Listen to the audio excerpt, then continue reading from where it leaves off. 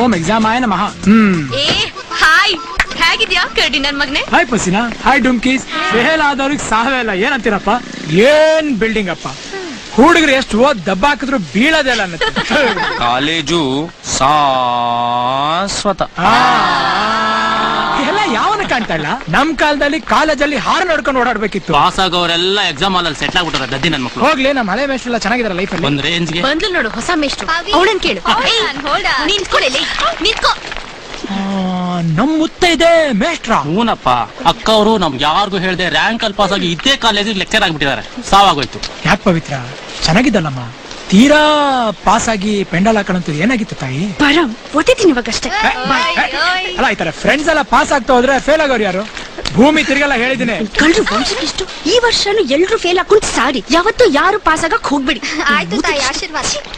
ಇಲ್ಲಿವರೆಗೂ ನಾವೆಲ್ಲರೂ 6 ವರ್ಷದಿಂದ MSc ಯಲ್ಲಿ ನಿಯತ್ತಾಗಿ ಪ್ರತಿ ವರ್ಷನೂ ಎಕ್ಸಾಮ್ ಕಟ್ಕೊಂಡು ಫೇಲ್ ಹಾಕೊಂಡು ಏನ್ ಬರ್ತಾ ಇದೀವಿ, ಆ ಒಂದು ಪರಂಪರೆ ಈ ವರ್ಷನೂ ಮುಂದುವರ್ಸ ಕಾಲ ಕೂಡ್ ಬಂದಿದೆ. ನನಗ್ ನಾಚಿಕೆ ಆಗುತ್ತೆ. ನಾ ಬರೋ ಹೇಳ್ಬಾರ್ದು ಪರಮು, ಮಿಸ್ ಹಿಡ್ಕೊಂಡು ಹೋಗ್ಬಿಡ್ತಾರೆ. ನಿನ್ ಕೈಲಾದಷ್ಟು ಬರ್ದು ಬಿಡು ಬಾ. ಬಸವ ಜಯಂತಿ, ಗಾಂಧಿ ಜಯಂತಿ.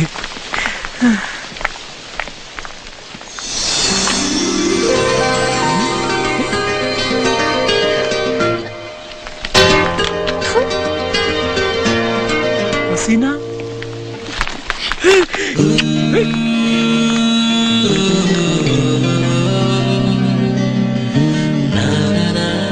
ಶ್ರೀರಾಮನಿಗೆ ನೆಕ್ಸ್ಟ್ ರೀಸೆಂಟ್ ಆಗಿ ಯಾರಾದ್ರೂ ಹುಟ್ಟಿದಂದ್ರೆ ಅದ್ ನಾನೇ.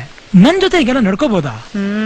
ಅಲ್ಲಪ್ಪ ಸೀನಾ, ಗಂಡಸರ್ ಶೀಲದ ಬಗ್ಗೆ ಚಿಂತೆನೆ ಇಲ್ವಾ ನಿನಗೆ?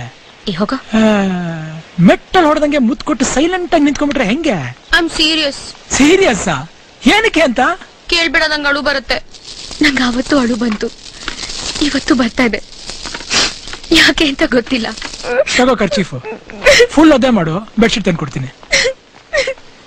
ಡೈಲಿ ಕೈ ಬೆರಳು ಕಾಲ್ ಬೆರಳು ಎಣಿಸ್ಕೊ, ಶಾಂಪು ಚೇಂಜ್ ಮಾಡು, ಹೊಟ್ಟೆಗೆ ಅನ್ನ ತಿನ್ನು, ಬಲ್ಗಿವಿನ ಹಿಂಗಿಂಗ್ ಮಾಡ್ಕೊ, ಮೊಬೈಲ್ ಕಮ್ಮಿ ಯೂಸ್ ಮಾಡು, ಲವ್ ಕಮ್ಮಿ ಆಗುತ್ತೆ. ಸದ್ಯಕ್ಕಿಷ್ಟು ಸಾಕು, ಬೇರೆ ಮೆಡಿಸಿನ್ ಆಮೇಲೆ ಹೇಳ್ತೀನಿ. ಹಸೀನಾ,